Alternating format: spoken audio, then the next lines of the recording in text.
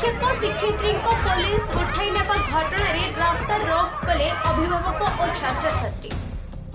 गतकाली सोरो पौरांचल राधानाथ उच्च प्राथमिक विद्यालय जड़े छात्र मां विद्यालय शिक्षयित्री दुर्व्यवहार करने सह अश्लील इंगित कर विद्यालय समस्त शिक्षक शिक्षयित्री माने धारणा बसते।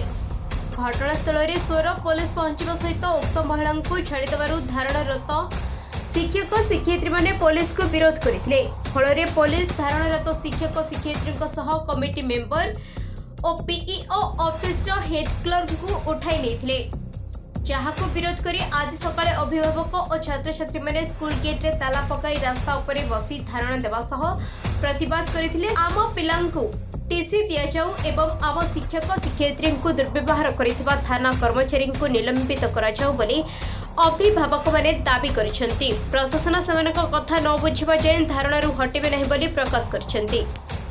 सोर नागरिक मंच समेत अन्य लोक माने एहाको समर्थन जणाइथिबा जणा पड़िछि।